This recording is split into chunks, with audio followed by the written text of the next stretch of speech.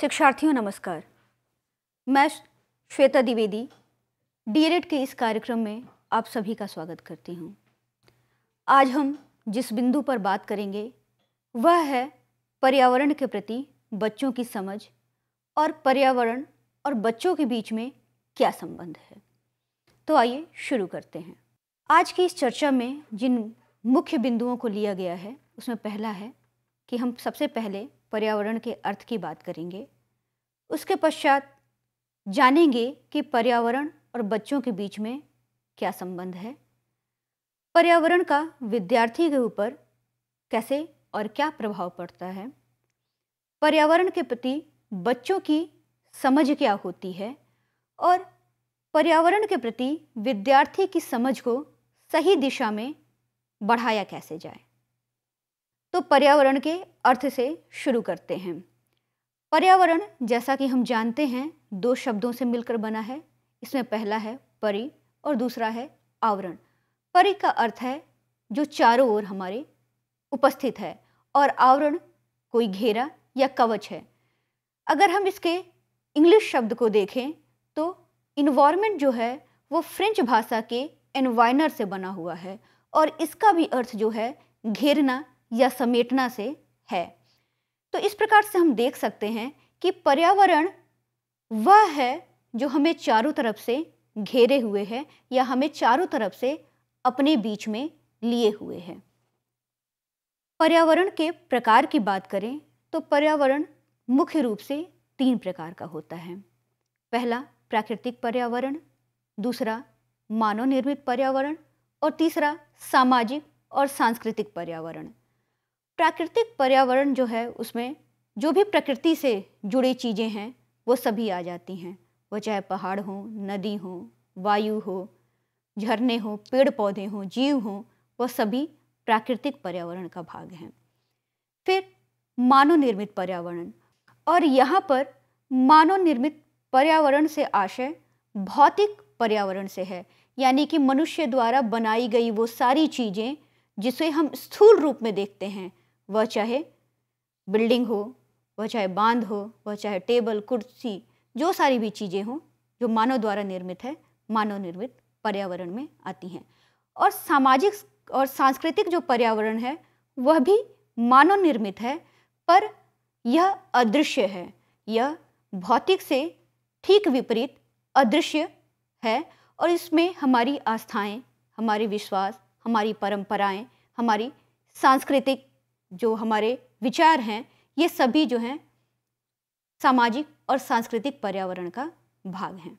और मनुष्य आर्थिक, सामाजिक, राजनीतिक और तकनीकी क्रिया के द्वारा पर्यावरण के भौतिक परिवेश में परिवर्तन करता है, भौतिक परिवेश को मैनिपुलेट करता है, उसमें हेर फेर करता है और इस हेर फेर के माध्यम से सांस्कृतिक परिवेश की रचना करता है। अब देखते हैं कि पर्यावरण और बच्चे के बीच में क्या संबंध है। जो इस चित्र में देख रहे हैं कि बालक या जो मनुष्य है वह पर्यावरण के मध्य में है, पर्यावरण के बीच में है और पर्यावरण जो है बालक को चारों ओर से घेरे हुए है। और इसको जब चारों ओर से घेरे हुए है और यह जो बालक है या मनुष्य है वह भी कहीं ना कहीं से पर्यावरण का भाग है। तो हम जिस चीज़ के भाग हैं, जो चीज़ हमारे चारों ओर है, हम उस चीज़ को जानते हैं, हम उस चीज़ को समझते हैं। अब हम देखते हैं कि पर्यावरण का विद्यार्थी के ऊपर किस प्रकार से प्रभाव पड़ता है। तो बाल्यावस्था व्यक्ति के विकास की सबसे जटिल अवस्थाओं में से एक है।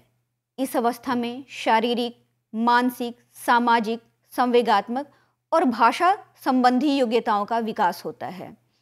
यह सभी जो है शारीरिक विकास, मानसिक विकास, सामाजिक विकास, भाषा संबंधी विकास, यह सब कहीं ना कहीं से हमारे पर्यावरण पर निर्भर करते हैं। जैसा हमारा पर्यावरण होता है उसी के हिसाब से हमारा शारीरिक विकास होता है, वह कहीं ना कहीं से हमारा सामाजिक संवेगात्मक विकास जो है उसी हिसाब से होता है। हमारे पर्यावरण का, हमारे वातावरण का, जहाँ हम रहते हैं, उसका प्रभाव हमारे भाषा संबंधी विकास पर भी पड़ता है। तो बाल्यावस्था के अंतर्गत ये सभी विकास होते हैं, यानी कि बच्चे के ऊपर पर्यावरण का स्पष्ट प्रभाव पड़ता है। अगर हम मनोविज्ञान में व्यवहारवाद को देखें तो व्यवहारवाद व्यक्ति के विकास पर, या यूँ कहें तो बालक के विकास पर मुख्य रूप से वातावरण के प्रभाव को ही महत्व देते हैं। वह मानते हैं कि बच्चे पर सबसे अधिक वातावरण का प्रभाव पड़ता है और वो बच्चे की आनुवंशिकता के प्रभाव को महत्वहीन करार देते हैं।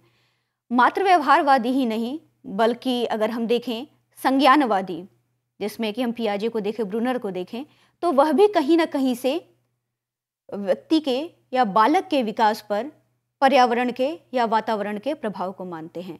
अगर हम सामाजिक संज्ञानवादियों को देखें, वह भी बालक के विकास पर पर्यावरण के प्रभाव को मानते हैं। अगर हम इस क्रम में वाइगोत्स्की जो हैं, फ्रायड हैं, एरिक एरिक्सन हैं, जॉन बाउल्वी हैं, यह सब कहीं ना कहीं से वातावरण के प्रभाव को महत्व देते हैं और मानते हैं कि बच्चे का जो विकास है वह वातावरण के आधार पर निर्धारित होता है, वातावरण से प्रभावित होता है। अब हम फिर से आते हैं पर्यावरण के प्रति बच्चे की समझ पर।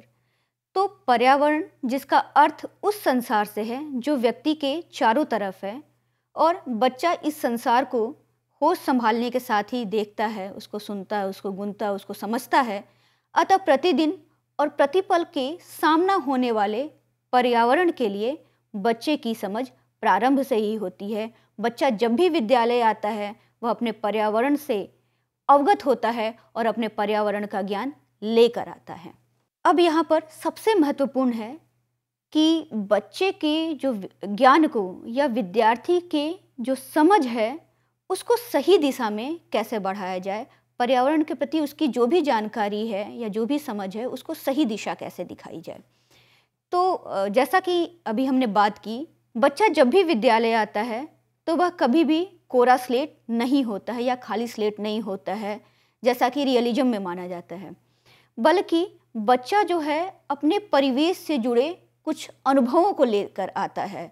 उसके पास अपने परिवेश से जुड़े पहले के कुछ जानकारियाँ होती हैं, पहले से उसके कुछ ज्ञान होते हैं और हमें उस ज्ञान का प्रयोग कक्षा परिस्थितियों में करना होता है।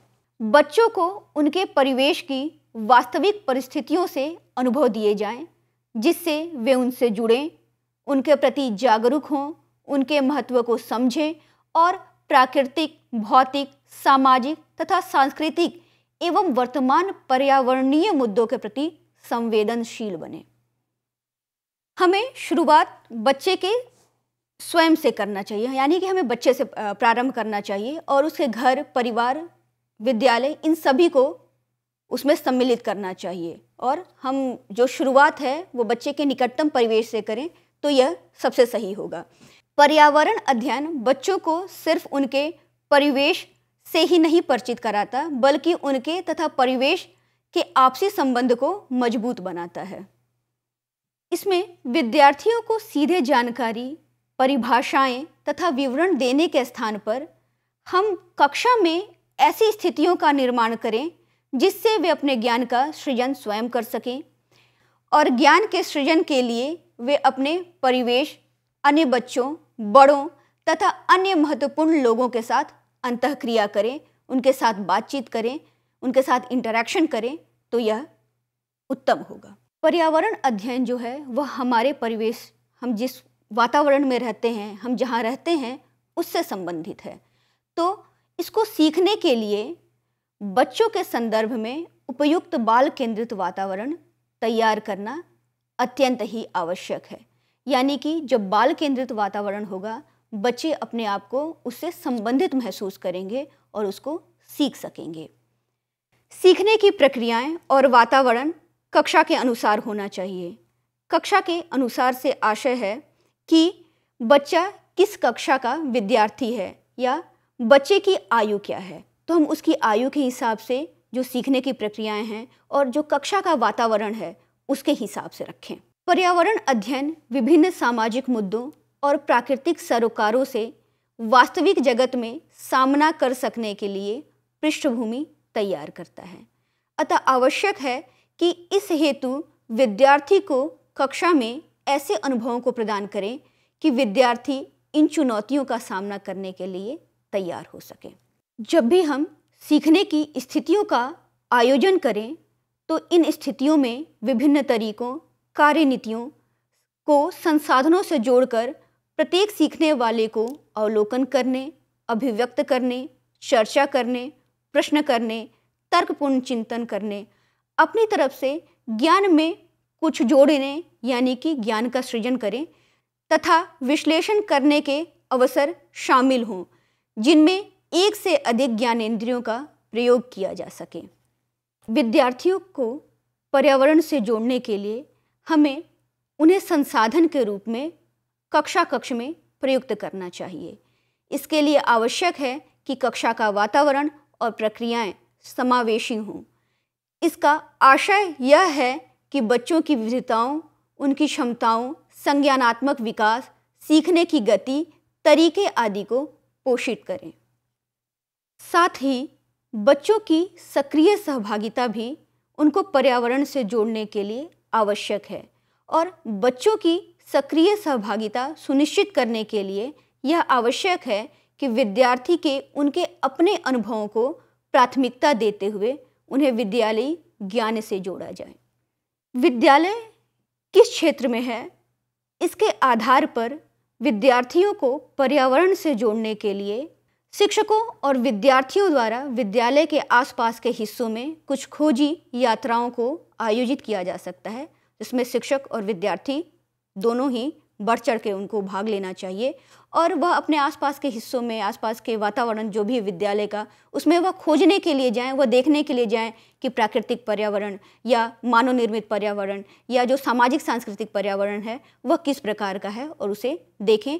इससे बच्चे अपने आप को उससे संबंधित महसूस करेंगे, पर्यावरण से अपने आप को संबंधित महसूस करेंगे और उसको अपना हिस्सा समझेंगे और साथ ही पर्यावरण का हिस्सा बनेंगे।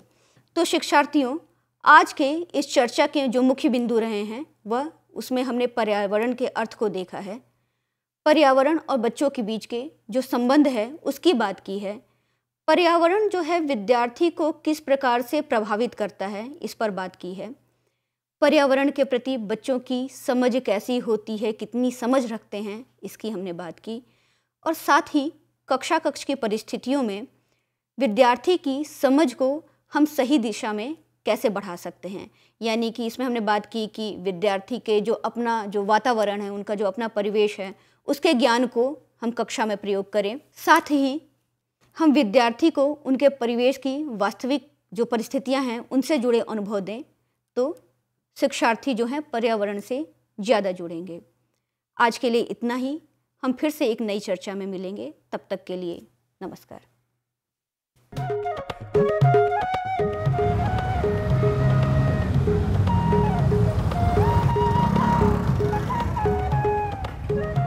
ये है कूल लाइफ, नो फिकर नो टेंशन। एक हम है कंगले। पर यार एक्सीडेंट हो गया तो? तू भी जनानियों की तरह उधेड़-बुन में लगा रहता है। जिंदगी एक ही बार मिलती है, एंजॉय। अब कहाँ चल दिया? मेरी इकोनॉमिक्स की क्लास है। अबे तेरे बिना वहां क्या कमी रह जाएगी? मैं ये चैप्टर नहीं समझ पाऊंगा। जा बाय।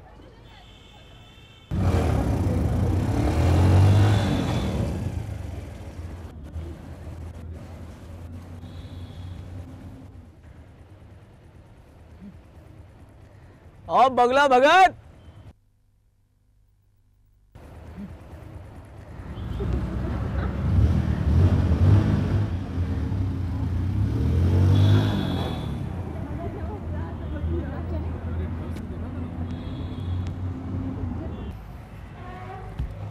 यार तू तो रहेगा हमेशा कुएं का मेढक, लेकिन भैया हम तो दुनिया में फुल ऐश करेंगे। यार तू समझता क्यों नहीं यार? क्या अक्ल मुझे भी है, मुझे पता है कि हमें नौकरियां करनी होंगी।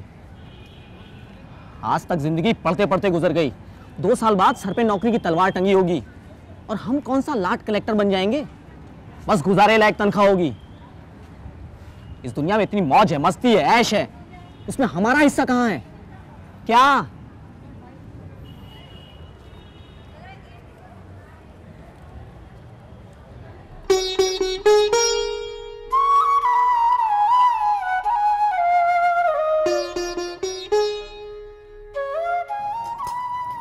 ले बेटा खा। चाची जी, आप सुबह से रात तक काम करती हैं, थक नहीं जाती? हाँ, थक तो जाती हूँ बेटा, पर क्या करूँ, अब तो सुरेंद्र की बहू ही आकर के आराम देगी। बहू क्या ऐसे ही आ जाती है? खर्चा करना पड़ता है, बहुओं को कुछ देना भी पड़ता है। अरे मेरी बहू आए तो सही, मैं उसे सोने की चूड़ियां पहनाऊंगी, सोने की। हाँ, अरे अब मोबाइल क्या देख रहा है? तुझे क्या मालूम, मैंने एक एक पैसा जोड़ जोड़ कर अपनी बहू के लिए सोने की चूड़ियां बनवाई हैं। मनीष बेटा, ये तेरा दोस्त है, इस तरह इसका ध्यान रख। स्कूल तो इसने तेरे साथ पार कर ही लिया है। ले ले सागौन ले ले। नहीं नहीं। क्यों? अरे ले भी ले। अबे यार, वहाँ हमारे ग्रुप का क्रेडिट कार्ड चलता है। क्रेडिट को हिंदी में कर्ज कहते हैं। तुझे नहीं पता, मेरा ग्रुप बहुत दिलदार है। 100 के नोट तो वो कुछ समझते ही नहीं। जिस दिन तुझे उन्हें दावत देनी पड़ेगी तब क्या करेगा? वो तुझे फ्री में देकर आदत बिगाड़ रहे हैं। मर्द बच्चा हूं मैं, तो बस जरा मस्ती के लिए, आदत वादत में नहीं डालूंगा। जब चाहे यूं छोड़ दूंगा। तो अभी छोड़ दे।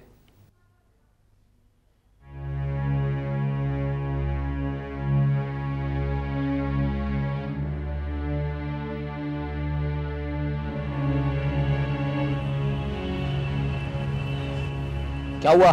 मना कर गया। मैं तो पहले ही कह रहा था, गोली मारो उसे। इसकी भेजे में बात नहीं आएगी, इसकी किस्मत में खुश रहना नहीं लिखा है।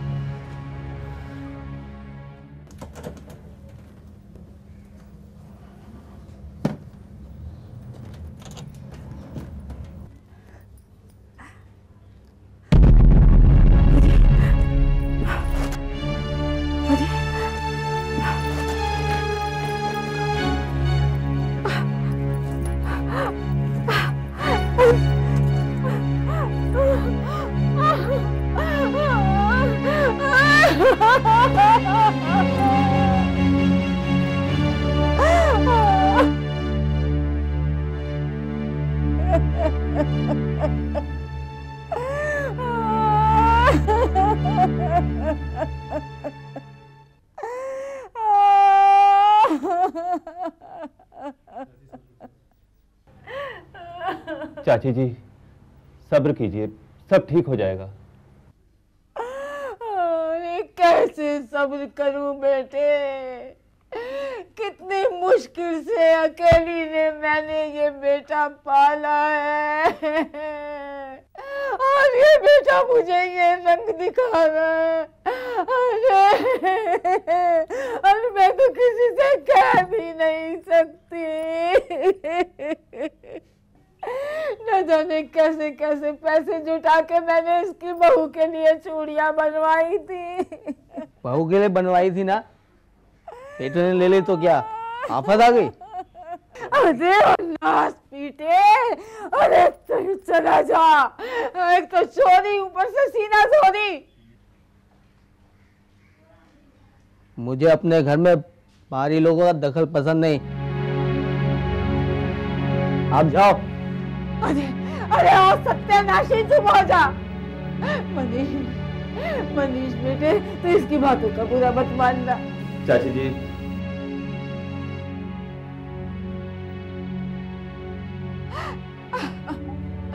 बहुत बुरा किया तूने, तूने बहुत बुरा किया। डॉक्टर साहब, मेरे बच्चों को बचा लीजिए। आप थोड़ा सब्र रखिए, चिंता ना करिए, हम अपनी तरफ से पूरी कोशिश करेंगे। सुरेंद्र, हम आपको 15 दिन के लिए इस सेंटर पे रखेंगे। दवाइयों एवं बातचीत द्वारा हम आपका इलाज करेंगे, पर एक बात का ध्यान रखना होगा, दवाइयों से इस आदत से छुटकारा नहीं मिल सकता। इसके लिए आपको अपना आत्मविश्वास बढ़ाना होगा, और अगर इस आदत को छोड़ने की तुम मन में ठान लो तो दुनिया की कोई ताकत आपको रोक नहीं सकती। इस बात को हमेशा ध्यान रखना।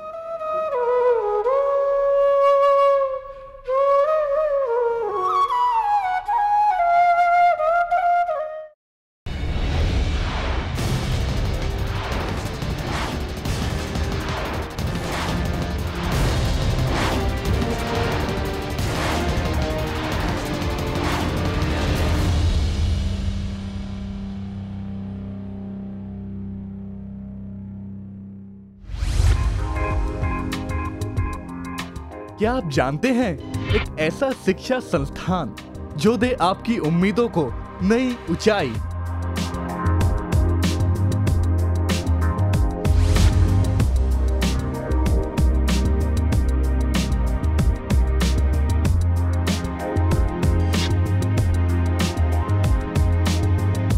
क्या आप जानते हैं एक ऐसा शिक्षा संस्थान जो दे आपको घर बैठे जब चाहे तब एडमिशन की सुविधा?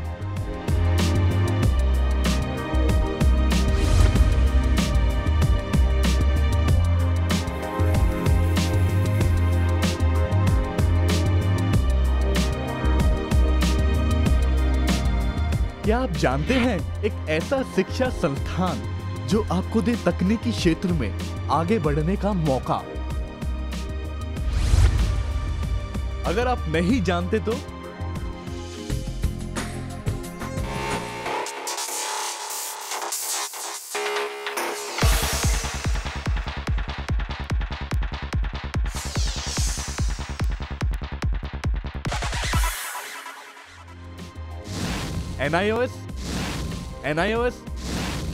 NIOS। जी हां, NIOS मात्र एक ऐसा शिक्षा संस्थान जो दे आपके जीवन को उज्जवल भविष्य और सुगम राह। 25 लाख शिक्षार्थियों ने किया भरोसा इस शिक्षा संस्थान पर और किए आगे बढ़ने के मजबूत इरादे।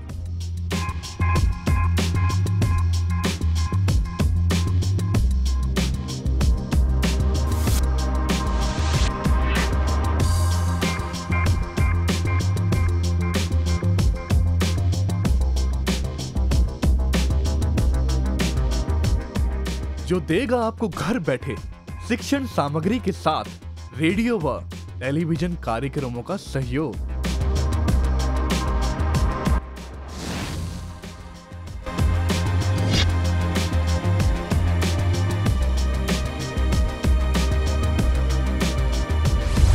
अरे वाह, ऐसा सुनहरा अवसर और कहा।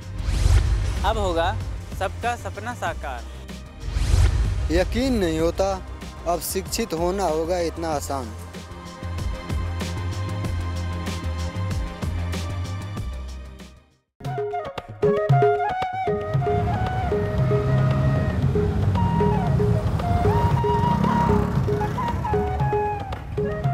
ये है कूल लाइफ, नो फिकर नो टेंशन। एक हम है कंगले। पर यार एक्सीडेंट हो गया तो? तू भी जनानियों की तरह उधेड़-बुन में लगा रहता है। जिंदगी एक ही बार मिलती है, एंजॉय। अब कहाँ चल दिया? मेरी इकोनॉमिक्स की क्लास है।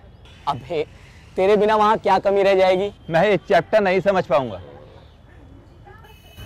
जा बाय।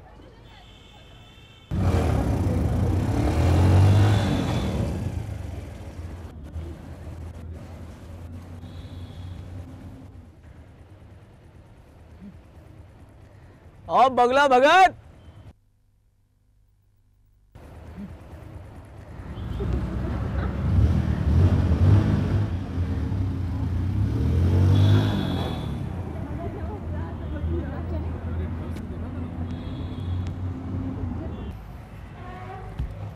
यार तू तो रहेगा हमेशा कुएं का मेढक, लेकिन भैया हम तो दुनिया में फुल ऐश करेंगे। यार तू समझता क्यों नहीं यार? क्या अक्ल मुझे भी है, मुझे पता है कि हमें नौकरियां करनी होंगी।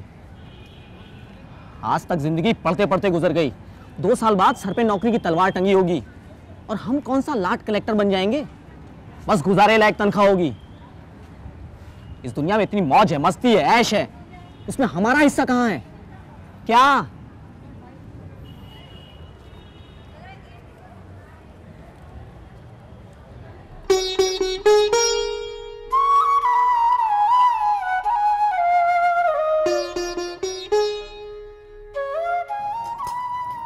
ले बेटा खा। चाची जी, आप सुबह से रात तक काम करती हैं, थक नहीं जाती? हाँ, थक तो जाती हूँ बेटा, पर क्या करूं, अब तो सुरेंद्र की बहू ही आकर के आराम देगी। बहू क्या ऐसे ही आ जाती है? खर्चा करना पड़ता है, बहुओं को कुछ देना भी पड़ता है। अरे मेरी बहू आए तो सही, मैं उसे सोने की चूड़ियां पहनाऊंगी, सोने की। हाँ, अरे मोबाइल क्या देख रहा है? तुझे क्या मालूम, मैंने एक एक पैसा जोड़ जोड़ कर अपनी बहू के लिए सोने की चूड़ियां बनवाई हैं। मनीष बेटा, ये तेरा दोस्त है, इस तरह इसका ध्यान रख। स्कूल तो इसने तेरे साथ पार कर ही लिया है। ले ले साग और ले ले। नहीं नहीं। क्यों? अरे ले भी ले। अबे यार, वहाँ हमारे ग्रुप का क्रेडिट कार्ड चलता है। क्रेडिट को हिंदी में कर्ज कहते हैं। तुझे नहीं पता, मेरा ग्रुप बहुत दिलदार है। 100 के नोट तो वो कुछ समझते ही नहीं। जिस दिन तुझे उन्हें दावत देनी पड़ेगी तब क्या करेगा? वो तुझे फ्री में देकर आदत बिगाड़ रहे हैं।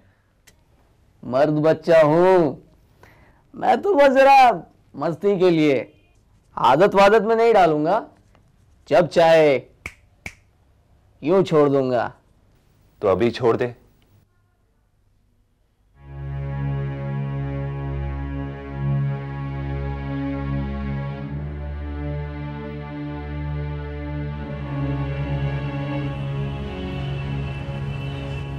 क्या हुआ? मना कर गया। मैं तो पहले ही कह रहा था, गोली मारो उसे। इसकी भेजे में बात नहीं आएगी, इसकी किस्मत में खुश रहना नहीं लिखा है।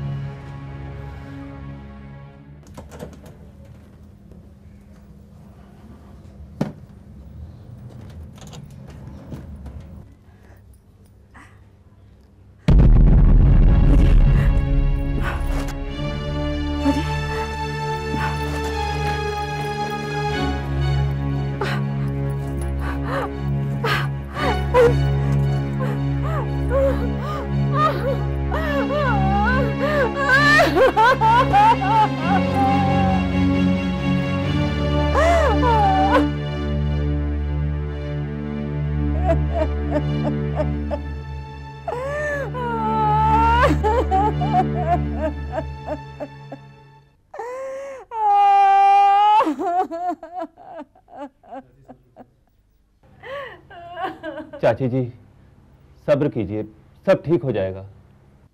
अरे कैसे सब्र करूं बेटे, कितनी मुश्किल से अकेली ने मैंने ये बेटा पाला है, और ये बेटा मुझे ये रंग दिखा रहा है। अरे मैं तो किसी से कह भी नहीं सकती। न जाने कैसे कैसे पैसे जुटा के मैंने इसकी बहू के लिए चूड़ियां बनवाई थी। बहू के लिए बनवाई थी ना, बेटे ने ले ली तो क्या आफत आ गई?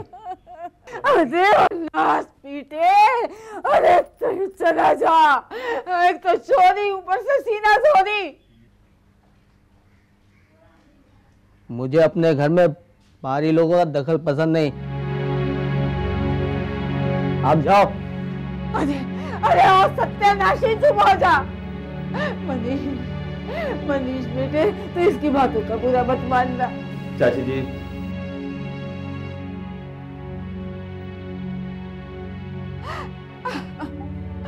बहुत बुरा किया तूने बहुत बुरा किया। डॉक्टर साहब, मेरे बच्चों को बचा लीजिए। आप थोड़ा सब्र रखिए, चिंता ना करिए, हम अपनी तरफ से पूरी कोशिश करेंगे। सुरेंद्र, हम आपको 15 दिन के लिए इस सेंटर पे रखेंगे। दवाइयों एवं बातचीत द्वारा हम आपका इलाज करेंगे, पर एक बात का ध्यान रखना होगा, दवाइयों से इस आदत से छुटकारा नहीं मिल सकता। इसके लिए आपको अपना आत्मविश्वास बढ़ाना होगा, और अगर इस आदत को छोड़ने की तुम मन में ठान लो तो दुनिया की कोई ताकत आपको रोक नहीं सकती। इस बात को हमेशा ध्यान रखना।